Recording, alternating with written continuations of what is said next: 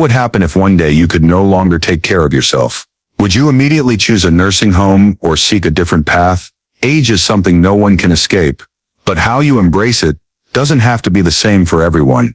Many believe a nursing home is the inevitable solution when independence starts to fade, but is it really the only or the best option? In this video, we'll dive into 6 inspiring stories of older Americans who chose to live differently instead of following the usual route. From adventurous old men to tech-savvy homemakers, they prove that with a bit of flexibility and support, you can keep living life on your own terms, no matter your age. Join us as we explore why a nursing home doesn't have to be your first stop and what paths might await you ahead.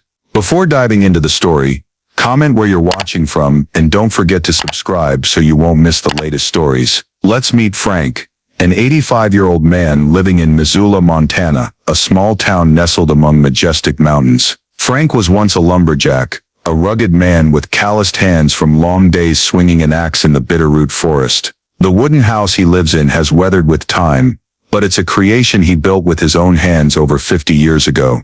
It's not just a house, it's a treasure trove of memories, winter evenings by the fireplace telling stories to his grandkids, or early mornings on the porch watching the sun rise over the pine trees. To Frank, this house is his heart, but time spares no one. Recently, Frank's health began to decline. His legs trembled with each step, and his aching back made picking up a piece of wood a challenge. His children, 2 sons living in Helena, a few hours' drive away, started to worry. One autumn afternoon, they gathered around the worn kitchen table in Frank's old house and seriously suggested he move into a nursing home. "Dad, you can't keep living alone like this forever," his eldest son, Tom, said with a voice full of concern. "There, you'd have 24/7's care and nothing to worry about." They'd prepared a list of facilities in Missoula, complete with pictures of clean rooms and smiling staff. They thought it was a safe, sensible solution, but Frank wouldn't have it. He sat there, his light brown eyes gleaming with determination,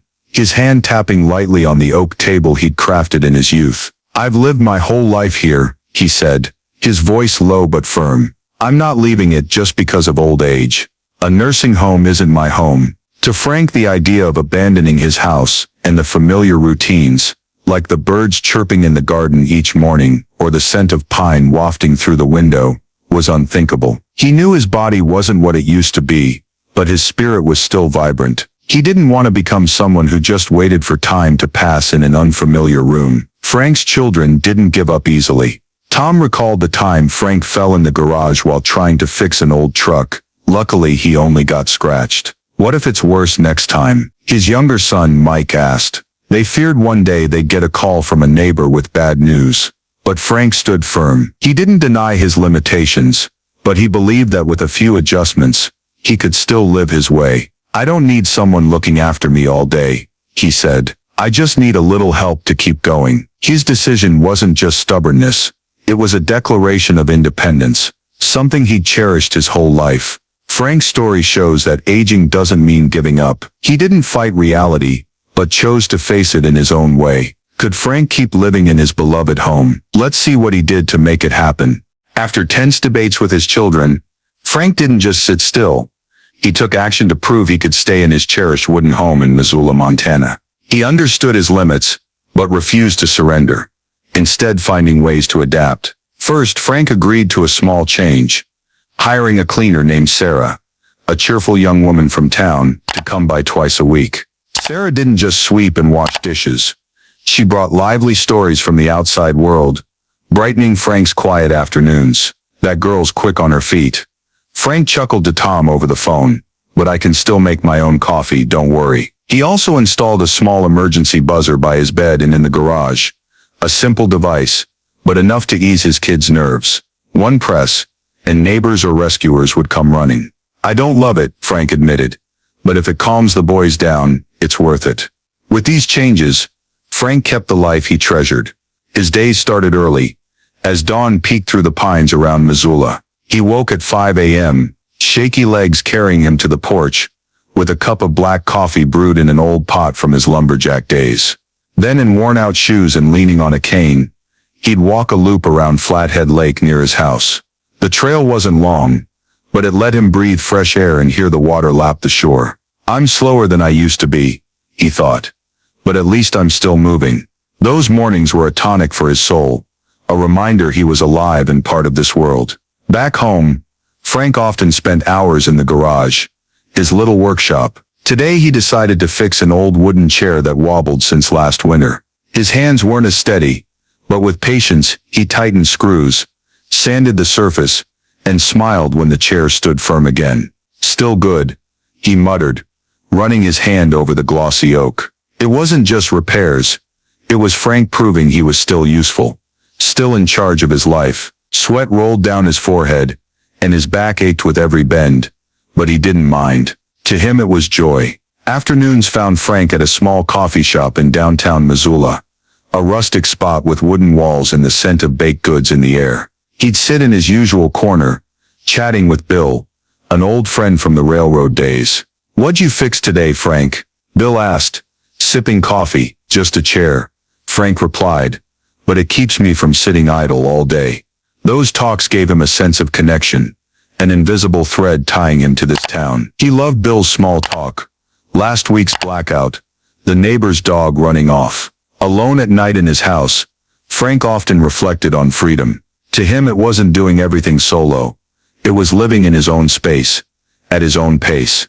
"I know I'm not young anymore," he told himself, watching the fire crackle in the hearth.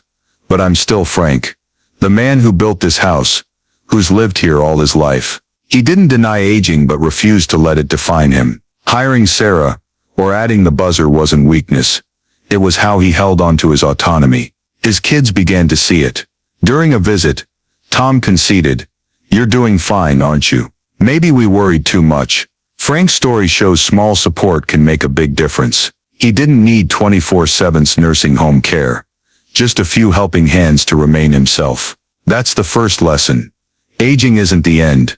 It's a new chapter, if you dare to write it your way. Now, let's meet Margaret, a 70-year-old woman living in Raleigh, North Carolina, a bustling city with oak-lined streets in the warm air of the American South. Margaret was an elementary school teacher for 35 years, guiding hundreds of kids to read, write, and dream through fairy tales. Her classroom buzzed with laughter, and the watercolor paintings her students hung on the walls were her pride. But 3 years ago, when she retired, Margaret felt her life lose its color. Gone were the busy mornings prepping lessons, the chirpy voices calling Miss Margaret. She slipped into an indescribable void, spending hours in an armchair in her small Raleigh home, staring at a garden now overrun with weeds, wondering, is this all that's left? Margaret's family noticed the shift. Her daughter Lisa, who lived a few blocks away, often stopped by with food and encouragement. But as time passed, Lisa grew more anxious, seeing her mom grow quieter. One evening, as they sipped tea in the living room, Lisa gently suggested, "Mom, maybe you should consider a nursing home. You'd have friends there, people to look after you, and I'd feel better." Lisa brought a stack of brochures about facilities near Raleigh, places with bright rooms, full schedules, and promises of a worry-free life. Margaret's 15-year-old grandson, Ethan, agreed. "Grandma, you wouldn't have to do anything there, it'd be so easy." But Margaret wasn't swayed. She glanced at the brochures, then out the window where the sunset gilded the trees. "No," she said, her voice soft but resolute. "I don't want to live somewhere I don't belong." To her, a nursing home sounded like a declaration that her life was over, an idea she couldn't stomach. She knew she wasn't as spry as before. Cleaning the house or tending the garden now wore her out. But deep inside, she burned with a desire to do something meaningful, to belong somewhere beyond four strange walls. Then one afternoon, flipping through the local paper, Margaret stumbled on an article about a senior community in Santa Fe, New Mexico. Not a nursing home, but a small village for retirees eager to live actively. It described quaint homes, outdoor gatherings, and chances to join classes or creative pursuits. It sparked a flicker of hope in her. If I can't stay here alone forever, why not try a fresh start? She wondered. Though her family objected, Lisa fretted about the distance. Ethan asked, "Is Santa Fe even fun, Grandma?" Margaret made up her mind. She packed a few suitcases with clothes, favorite books, and her old watercolor set from teaching days, then hit the road. Margaret's choice wasn't just a change of address. It was a statement that aging isn't the end of living. She rejected the nursing home to seek a community where she could still contribute and belong. Was Santa Fe truly give her a new life? So let's see what awaited her ahead. Leaving Raleigh for Santa Fe, New Mexico, wasn't easy for Margaret, but it was a step she believed would transform her life. One early spring morning, she stood outside her small Raleigh-Coway home, one last time, breathing in North Carolina's damp air. In her hands was an old suitcase holding clothes, a few beloved books, and the watercolor set she hadn't touched since retiring. Her daughter Lisa stood beside her, eyes red, making a final plea. "Mom, Santa Fe's so far. What if something happens? I'm close to you here." Her grandson, Ethan, pouted. "If you go that far, who'll play checkers with me?" But Margaret smiled, patted Lisa's shoulder, and said, "I have to try this. Otherwise I'll always regret it." With that resolve, she got in the car and began her 700-mile journey across America. The trip wasn't simple for a 70-year-old. Margaret drove through endless roads, stopping at roadside rest areas for coffee and scenery. When she reached Santa Fe, she was awestruck by its beauty. Adobe homes glowing orange in the sun, the misty Sangre de Cristo mountains in the distance, and dry, cool air so unlike Raleigh's humidity. The senior community she chose sat on the outskirts, a small village of charming houses around a tree-shaded courtyard. On her first day, she was greeted with a little outdoor party, cornbread and guitar music from a neighbor named Carlos. "Welcome to your new family," he grinned, and Margaret felt her heart warm. Slowly, Margaret found her rhythm. She started teaching art classes for the community's residents. An idea sparked when she saw a group of seniors chatting in the courtyard. With her old watercolors, she guided them to paint Santa Fe's mountains, wildflowers, or just expressive scribbles. "I didn't think I'd remember how to hold a brush," she laughed, watching their pictures take shape. Her students, from 75-year-old Helen with shaky hands to 82-year-old James with a mischievous grin, brought her back to her teaching days. She also joined the community choir, practicing American folk songs, and sometimes performing at Santa Fe's Plaza. Her voice wasn't as clear as it once was, but every note came from her heart, rekindling joy she'd lost. Not everything went smoothly. Lisa and Ethan fiercely opposed her decision at first. In early video calls, Lisa asked, "Are you tired, Mom? Is anyone looking after you?" Ethan grumbled, "You're so far. I miss you." Margaret understood their fears, but wouldn't give up. She sent them photos, her standing by a finished painting, or singing with the group at sunset. "I'm fine, really fine," she said in one call, her voice alive. Gradually, their attitudes shifted. A month later, Lisa called, softer. "You look so happy, Mom. I haven't seen you like this since you retired." Ethan texted, "Send more pics, Grandma. I want to see what else you paint." The biggest change was in Margaret herself. She was no longer the lost woman in a weed-choked house in Raleigh. Santa Fe gave her a community where she didn't just receive support but gave back too. One afternoon, sitting on a wooden bench in the courtyard, watching folks chat after her art class, she thought, "This isn't retirement, it's rebirth." She'd rediscovered meaning, not in a nursing home's safety, but in a new community's connection and creativity. But Margaret's story proves aging isn't about shrinking back. Despite family worries and a tough journey, she showed a fresh start can bring joy and purpose. That's the second lesson. Sometimes you just need to step out to find yourself again. Now let's meet Leonard, a 92-year-old man living in Lincoln, Nebraska, a peaceful city amid the endless cornfields of the American Midwest. Leonard was a plumber for over 50 years, a diligent man with rough hands that patched countless leaky pipes for neighbors and friends. He retired nearly 2 decades ago, but his life didn't slow down until his wife, Ellen, passed away 3 years ago. Since then, their small home on the outskirts of Lincoln has grown quieter than ever. No more of Ellen's soft singing in the kitchen, no more evenings spent watching TV together. Leonard began to feel his days slipping by in a meaningless loop. Wake up, eat breakfast, read the paper, then go to bed. Leonard's children, a son named David living in Omaha, and a daughter in Kansas City, worried about him. They called often, urging him to move closer to them, or into a more stable place. One day, David visited, bringing an idea he thought was perfect. "Dad, why don't you move into a retirement community or nursing home nearby? You'd be cared for, have company, and not live alone like this." David pointed out that at 92, Leonard wasn't as agile anymore.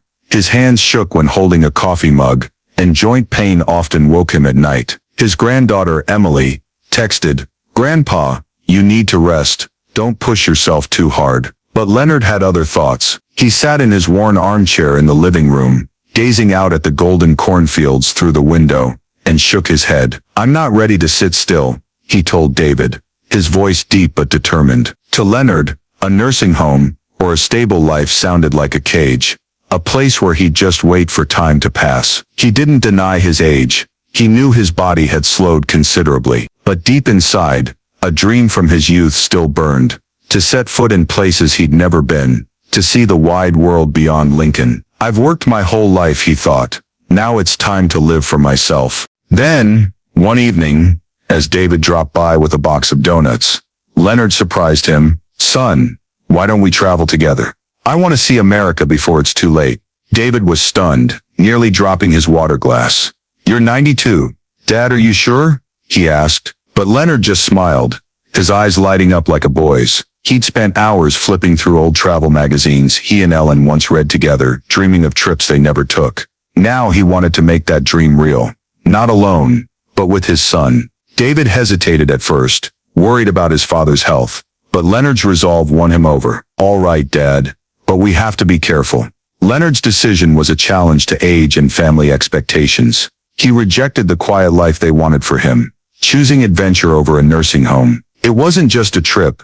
It was his way of affirming he was still alive, still eager. Could a 92-year-old like Leonard conquer those journeys? Let's see what he did to turn his dream into reality. After convincing his son David, Leonard, 92, began his quest to conquer America from his small home in Lincoln, Nebraska. He didn't opt for fancy trips with tour buses or guides. That wasn't his style. Instead, Leonard and David took the family's old pickup truck, loaded with suitcases, paper maps, since Leonard insisted Google can't be trusted like my hands, and some sandwiches he'd made himself. "We'll go wherever," Leonard said, his eyes gleaming, as the truck rolled away from the familiar cornfields. David laughed, a mix of nerves and excitement, unsure where this journey would lead. Their first stop was Yellowstone National Park in Wyoming, a place Leonard had read about in magazines and dreamed of since his plumbing days. When they arrived, Leonard stepped out, leaning on his cane, awestruck by the geysers and bubbling hot springs. "Look at that, David," he pointed, his voice trembling with excitement. "Water boiling up from the ground like your mom's teapot." They walked the trail around Old Faithful, Leonard moving slowly but steadily, despite aching legs with every step. David suggested a break, but Leonard shook his head. "I've rested my whole life. Now's the time to move." That night they camped under a starry sky, and Leonard sat by the fire, sharing old stories with David, feeling time rewind. Next, they drove south to Texas for BBQ, a treat Leonard had always wanted, after hearing friends rave about fragrant grilled ribs. At a small diner in Austin, Leonard ordered a huge plate of beef ribs, grinning as sauce coated his hands. "Better than my sandwiches by a mile," he joked with David, but it wasn't all smooth. While finding the diner, they got lost in an unfamiliar neighborhood. A corner of Leonard's paper map blew away, and David had to use his phone to navigate. Leonard grumbled, "I told you, tech ruins everything." But when the smell of barbecue hit, he forgot the detour, focused only on the food ahead. That simple joy made him feel truly alive. The journey took them to Colorado, where Leonard insisted on climbing a small hill near Boulder. David worried, "Dad, it's steep. Can your legs handle it?" But Leonard tapped his cane on the ground, saying, "If I don't try, I'll regret it forever." They started up, Leonard taking slow steps, breathing heavily, his legs aching like they might give out. Halfway, he rested on a rock, sweat streaming down his face. David urged him to turn back, but Leonard looked to the top, where wind rustled green pines, and said, "I'm almost there. Don't quit for me." After over an hour, he reached the summit, gazing at the valley below. "So beautiful," he whispered, tears rolling down, not from exhaustion, but from the joy of overcoming himself. The challenges didn't end there. On the way back, they hit heavy rain in Kansas. The truck got stuck in mud, and Leonard caught a cold, coughing through the night. David panicked, but Leonard laughed.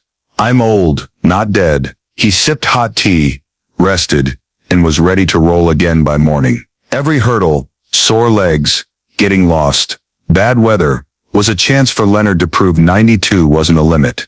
David's view shifted. He'd started out wanting to protect his dad, but now he admired him. You're tougher than I thought, he said at a stop.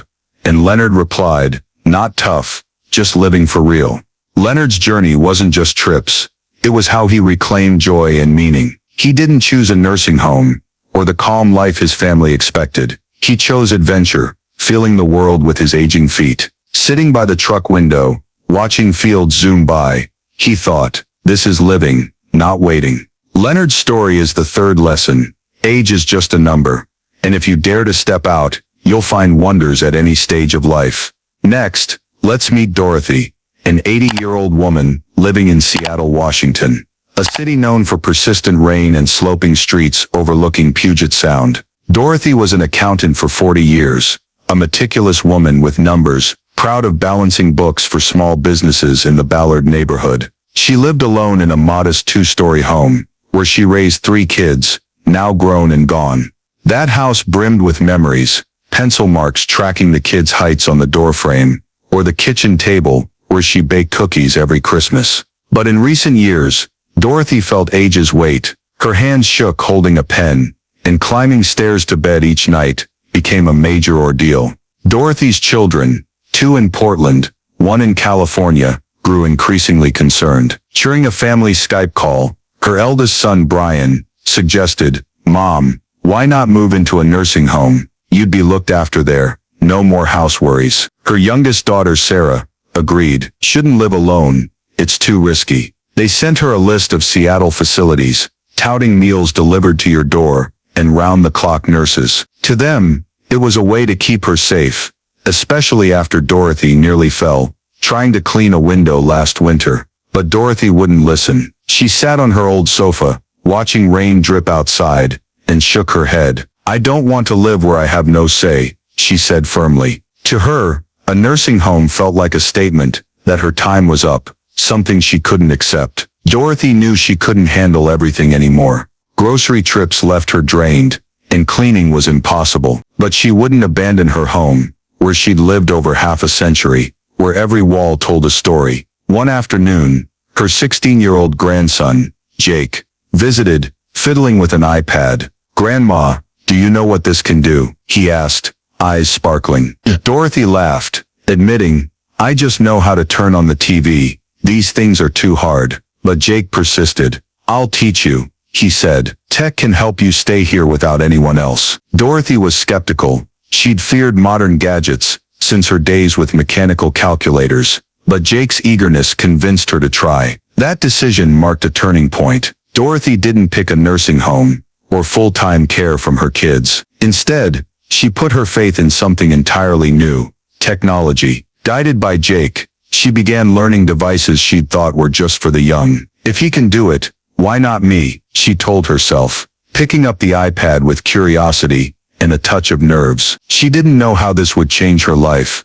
but she was ready to take on the challenge. Could technology really be Dorothy's lifeline to stay independent in her beloved home? Let's see what she did to make it happen. After agreeing to let Jake teach her tech, Dorothy, 80, embarked on a journey she never imagined in her small Seattle, Washington home. At first, it was tough.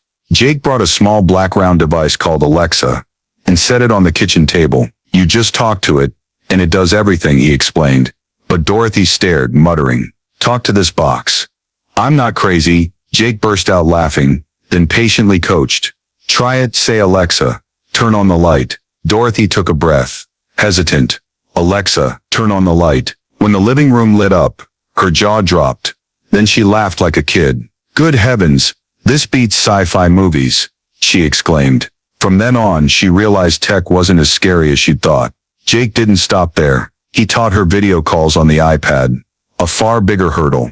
The first time she accidentally hit the wrong button, blacking out the screen, and panicked. Jake, I broke it, but Jake just grinned, fixed it, and soon Brian's face from Portland appeared. Is that you, Mom? You look so clear, he marveled. Dorothy blushed, shyly. I'm just learning, don't laugh. Video calls became a weekly ritual. She chatted with Sarah in California, hearing about her job, watching her grandkids on screen. You look great, Mom, Sarah said, and Dorothy smiled, feeling closer to her kids than ever, despite the hundreds of miles. Next, Jake showed her how to order online, with a grocery app. No more shopping, just sit home and food comes to you, he said. Dorothy doubted. Who delivers that fast? But when she ordered veggies and milk, the doorbell rang 30 minutes later, a delivery guy standing there with bags. Thank you, she said, shutting the door, stunned she'd shopped without leaving the sofa. She started ordering everything: food, arthritis meds, even a new blanket, as Seattle's winter chilled. This beats the market, she admitted to Jake over the phone, her voice proud. Tech didn't just save her energy, it gave her control back. The peak was hosting her 81st birthday party via Zoom. Jake's idea. Invite everyone. I'll help, he said. Dorothy fretted. What if I mess up? But with Jake's aid, she emailed invites, another new skill. And on her birthday, the iPad glowed with Brian, Sarah, grandkids, and old Seattle friends. Happy birthday, Mom, Brian shouted, while Sarah held up a tiny cake from afar. Dorothy sat at the kitchen table, with a homemade cookie, beaming as they sang through the screen. She shared how she learned tech, and when Jake yelled, "You're a tech star, Grandma," everyone laughed. It was the first time in years she felt at the heart of family joy, even with no one nearby. After the party, Dorothy sat alone in the living room, eyeing the Alexa, now a close friend. She thought of days when stairs or shopping wore her out, and her family feared she couldn't live alone. Now with tech, she stayed in her beloved home, and connected with loved ones. I did it, she told herself, pride swelling. Her kids' views shifted too. In a post-birthday call, Brian admitted, "You don't need a nursing home, Mom. You're doing better than I thought." Sarah texted, "You're amazing. I'm so proud." Dorothy's story shows technology can be a powerful lifeline. She didn't abandon her home or independence. She learned to live modern at 80. That's the fourth lesson. Don't fear new things, because they can open doors to staying yourself, no matter your age. For Dorothy, every Alexa, play music or video call with grandkids, affirmed her life was still full. Let's join George, a 79-year-old man living in Burlington, Vermont, a small, beautiful town on the shores of Lake Champlain, where vibrant red maple leaves blaze every autumn. George has been a passionate gardener for over 40 years, transforming the backyard into a green oasis with radiant tulip beds, fruit-laden apple trees, and fresh vegetables year-round. To him, the garden isn't just a place to grow things. It's his joy, his peace after long days as a carpenter at the local woodshop before retiring. He often told friends, "I don't just plant trees, I plant memories." The afternoons he spent teaching his grandkids how to sow pumpkin seeds or pick ripe apples remained precious moments in his heart. But age gradually stole George's strength. His hands no longer had the power to dig soil, and his aching back turned weeding into a torment. Last spring, he had to stop mid-gardening, sitting breathless on the old bench by the flower bed. His son Peter, who lives an hour away in Montpellier, noticed this during a visit. "Dad, you can't keep going like this," Peter said, his voice full of worry. "Why don't you rest and let us find a nursing home nearby? You'd be more comfortable." His 12-year-old granddaughter, Lily, chimed in. "Grandpa, don't garden anymore, it's too dangerous." They feared he'd fall or collapse in the garden with no one around to help. But George wouldn't hear it. Sitting on the bench, gazing at the now slightly messy garden he couldn't keep up with, he shook his head. "I'm not giving up my garden," he said, his voice low but resolute. To George, a nursing home wasn't a solution. It felt like a declaration that he could no longer do what he loved. He knew his body wasn't what it used to be. The days of hauling water buckets or lifting soil bags were memories. But in his heart, the garden was part of him. Abandoning it was like abandoning himself. "I don't need someone tending me all day," he told Peter over the phone later. "I just need a way to do less." Then one morning, sipping coffee and looking at the garden through the window, George had an idea. "If I can't tend the whole big garden, why not make it smaller?" he wondered. He'd seen a friend in Burlington grow veggies in small pots on their porch, and it sparked a light in his mind. George decided to scale down his garden, focusing on manageable pieces instead of giving up entirely. He didn't need a nursing home, or the rest his family urged. He needed a way to keep his passion within his strength. "I'm still a gardener," he muttered, picking up a small shovel with a faint smile. George's decision was a smart adaptation. He didn't fight aging but chose to live with it. Though his family worried, he believed the garden, even smaller, would still bring him joy and meaning. Could George keep gardening this new way? Let's see what he turned his garden into on the journey ahead. After resolving not to abandon his beloved garden in Burlington, Vermont, George, 79, set out to make his idea of scaling down a reality. His old garden was once a masterpiece, a vast space behind the house, where bright red tulips bloomed each spring, mingled with apple trees heavy with fruit he'd grown from seeds decades ago. He still recalled summer days sitting under the apple trees, eating ripe fruit with his granddaughter Lily, or early mornings carefully pruning branches, watching dew sparkle on petals. That garden wasn't just beautiful. It was George's pride, where he poured his sweat and heart for years. But now, looking out at the once tidy plot, he saw only overgrown weeds and neglected vegetable rows, clear signs he couldn't keep up anymore. George didn't let sadness linger. One autumn morning, as vivid red maple leaves blanketed the yard, he called his old friend Charlie, a retired gardener a few blocks away. "Charlie, I need a hand," George said, his voice tinged with excitement. Charlie arrived that afternoon with a small wheelbarrow and some fresh soil bags. They sat on the old wooden bench by the garden, planning. "I don't want to ditch it all," George explained, pointing to the wide expanse. "I just need it smaller, manageable." Charlie nodded, grinning. "You're as stubborn as ever. All right, I'll help you." The downsizing started the next day. George and Charlie picked a small corner near the porch, where sunlight hit just right, and he wouldn't have to walk far. They pulled weeds, dug soil, and set up wooden planters Charlie brought. George chose to replant tulips, but just one small row instead of long lines like before. He kept a dwarf apple tree, easier to tend, so he could still pick fruit without climbing a ladder. "You don't need a whole forest anymore," Charlie teased as they filled the pots. George laughed heartily. "True, now I just need a little patch."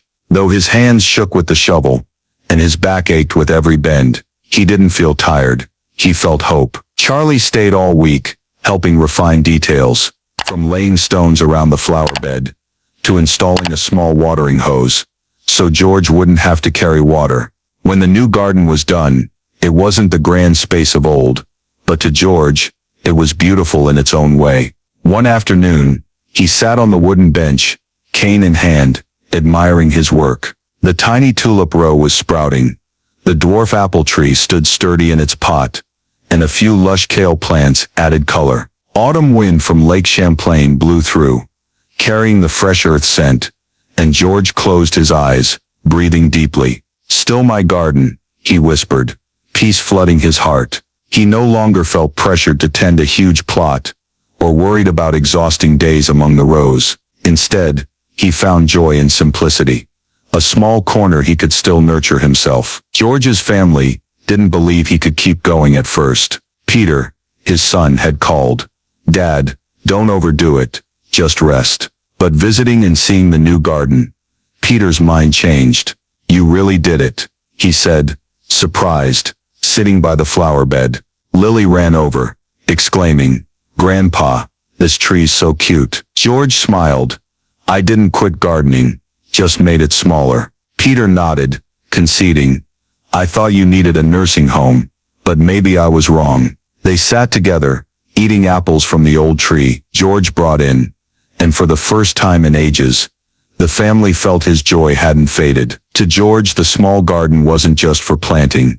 It proved he could still live his way. He didn't need full-time care, or a strange place to rest. He chose adaptation, holding on to his passion on a smaller scale. Watching the garden at sunset, George thought, sometimes, less is more. His story is the fifth lesson. Aging isn't about giving up, but finding ways to keep doing what you love, in a way that fits you. Finally, let's meet Alice, an 84-year-old woman, living in Salem, Massachusetts, a quaint town famous for its cobblestone streets and mysterious witch hunt history. Alice has lived in a two-story wooden house on Salem's outskirts for 50 years, where she and her husband raised 3 kids and hosted countless family gatherings. That house is her heart, the living room where the kids played each Halloween, the kitchen where she baked pumpkin pies for Thanksgiving, and the creaky wooden stairs marked with their height lines over the years. Though her husband passed a decade ago, Alice still feels him in every corner, from his favorite armchair to the wood scent wafting from the fireplace each winter. But age has made Alice's life tougher. Her eyes have dimmed, cleaning takes longer.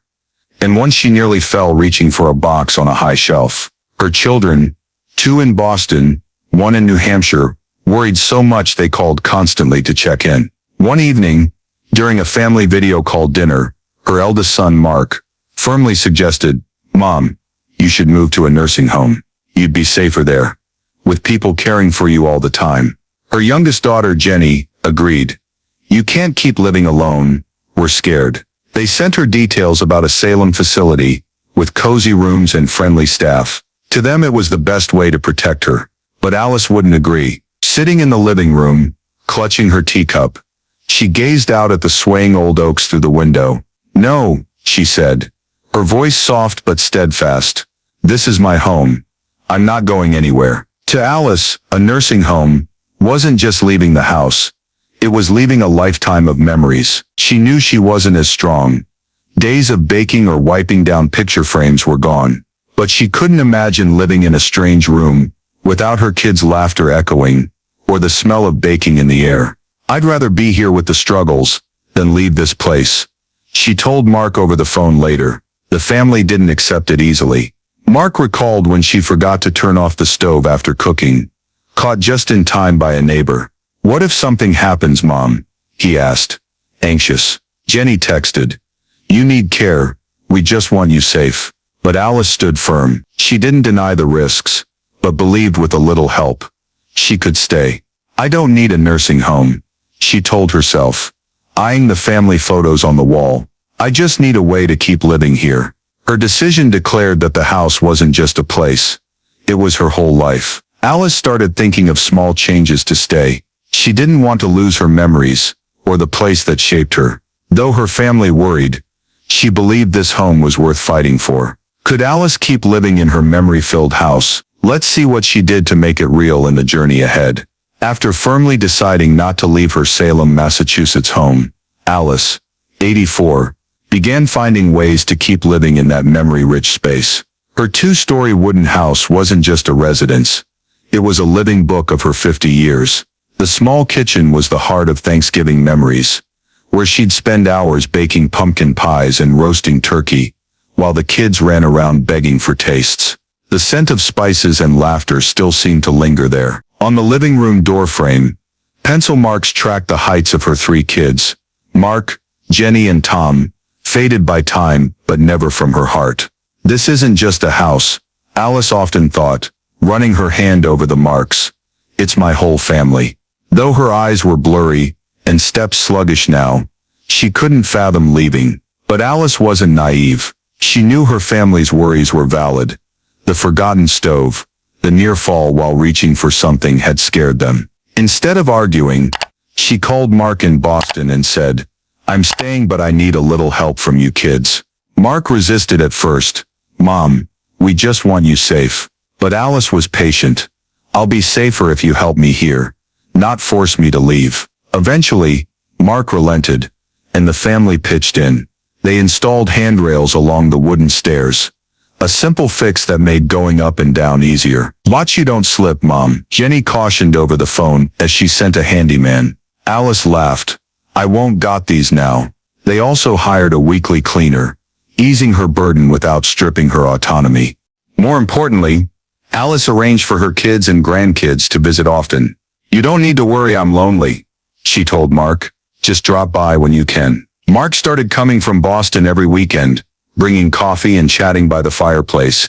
Jenny, though in New Hampshire, scheduled her kids, Emma, 14 and Sam, 10, to sleep over monthly. Those visits didn't just make Alice feel secure. They revived the house with laughter and family warmth. She didn't want a nursing home. She wanted her loved one's presence right here. One winter evening, Emma and Sam stayed over, toting popcorn and old movies Alice once watched with her husband. "Grandma, watch with us," Sam cheered, tugging her to the living room. Alice smiled, settling on the sofa, as Emma fired up the creaky old TV. They picked a classic black and white film, It's a Wonderful Life, she'd seen dozens of times.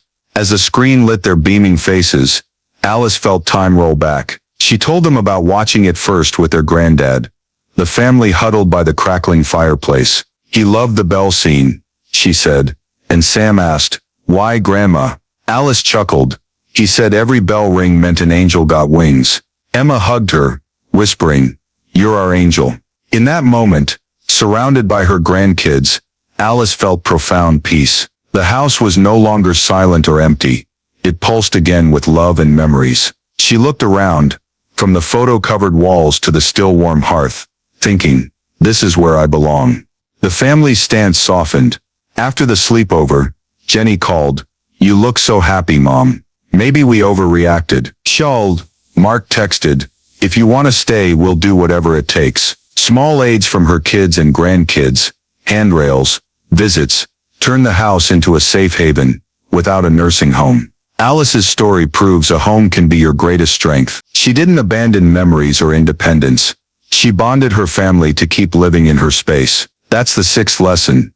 Sometimes the best place to age isn't somewhere new, but where you've built a lifetime, with those you love. We've just walked through 6 amazing stories of older folks across America, each with a unique situation and choice, but all sharing one thing: they didn't let age define their lives. From Frank in Missoula, Margaret in Raleigh, Leonard in Lincoln, Dorothy in Seattle, George in Burlington, to Alice in Salem, they showed that when you can't fully care for yourself, you don't have to rush to a nursing home. Instead, with some creativity, support and grit, you can live your own way, no matter how old you are. Let's recap their lessons and see how they might inspire you. First is asterisk, independence asterisk from Frank. At 85, as his health waned, he didn't let his kids push him into a nursing home. He hired a cleaner, added an emergency buzzer, and kept walking by the lake, fixing chairs in his garage. Frank showed independence isn't doing it all alone. It's keeping control of your life. He didn't reject help but used it as a tool to stay in his dear home, living his own rhythm. His lesson reminds us, aging isn't freedom's end. With readiness to adapt, you can still captain your own ship. Next is asterisk, community, asterisk from Margaret. At 70, rather than accept loneliness post-retirement or the nursing home, her family suggested she moved to Santa Fe for a fresh start. She taught art, sang in a group, and built ties with like-minded folks. Though her kids balked at first, they soon saw her joy in photos and tales she shared. Margaret teaches that aging isn't time to shrink. A fitting community can bring energy, purpose, and belonging. Sometimes, stepping out is how you rediscover yourself. Then comes adventure from Leonard. At 92, when his family hoped for calm, he chose to conquer America with his son. From Yellowstone to Texas, Colorado hills to rainy roads. Sore feet, wrong turns, or bad weather didn't stop him. Each hurdle was a chance to save her life. Leonard proved age is just a number, and adventure has no bounds. He didn't need a nursing home to rest. He needed the world to feel alive. His lesson calls us dare to move, at any age, for new experiences always await. Technology was Dorothy's savior at 80. Unable to do everything herself, she skipped the nursing home and learned Alexa, video calls, and online ordering from her grandson Jake. From fearing gadgets, she became a tech star to her family, hosting a Zoom birthday bash full of joy. Dorothy shows tech isn't just for the young. It's a bridge to independence and loved ones. She urges us not to shy from learning. A small device can unlock a big world, keeping you where you love. George brought the lesson of simplicity. At 79, when health barred him from a big garden, he didn't quit but scaled it down with friends' help. From vast tulip rows and apple trees, he shifted to a tiny lovely patch, finding peace watching sprouts grow. His family went from worry to awe, seeing him still a steadfast gardener. George teaches that less isn't losing. It's holding joy within your means, not giving up entirely. Lastly, Alice, 84, gave us family. She refused a nursing home to stay in her memory-filled Salem home, with her kids and grandkids adding handrails and frequent visits. Movie nights with the grandkids didn't just revive the house, they tied her to the next generation. Alice proves a home isn't just a place, it's strength, a legacy you can preserve with loved ones' support. She reminds us sometimes you don't need a new spot, but to hold the one you've always had. 6 stories, 6 lessons: independence, community, adventure, technology, simplicity, family. All say one thing: aging isn't about losing joy, meaning, or yourself. A nursing home might suit some, but it's not the only path. Frank, Margaret, Leonard, Dorothy, George, and Alice found their own fixes, and you can too. Look around, got a home to keep, a passion to pursue, a family to lean on, or a community to explore. Don't rush to see age as a limit. It's a chance to get creative. You might need help, but like these folks, that help isn't dependence. It's how you keep living true to yourself. So what about you? If one day you can't do it all, what'll you pick? Waiting in a nursing home, or carving your own path to hold on to joy? These stories aren't just to hear. They're a call to think, act, and live your way. Aging isn't the end. It's a new chapter, and you write it. Start today, because no matter your age, life still has wonders for you to uncover. The stories of Frank, Margaret, Leonard, Dorothy, George, and Alice mirror today's American reality, where an aging population is booming, projected at 83.7 million, over 65 by 2050, and nursing home pressures are common. In modern America, with nursing home costs averaging $8,000 a month, many seniors face a choice between steep prices and lost freedom. Frank in Missoula held independence with an emergency buzzer, showing even with declining health, Americans can use in-home services to stay put, a rising trend as home care companies thrive. Margaret in Santa Fe sought a new community, reflecting America's culture of chasing social bonds, like active retirement hubs in Florida or Arizona. Leonard, 92, roamed America, embodying the enduring free spirit of older Americans, akin to retirees RVing through national parks. Dorothy used tech like Alexa, fitting a wave of U.S. seniors learning apps for independence, like ordering via Amazon. George shrank his Burlington garden, showcasing American pragmatism and tweaking passions to fit health. Alice in Salem tied her family to her home, a reminder that family remains core in America, even in an individualist society. The practical lesson: be flexible, use tech, find community, or lean on kin to live true to yourself, not default to nursing homes. In today's America, aging is your shot to define happiness. Thanks for joining us through these inspiring tales of living fully in old age. Hit subscribe and ring the bell so you don't miss the next video. See you soon, with more journeys where age is never a limit.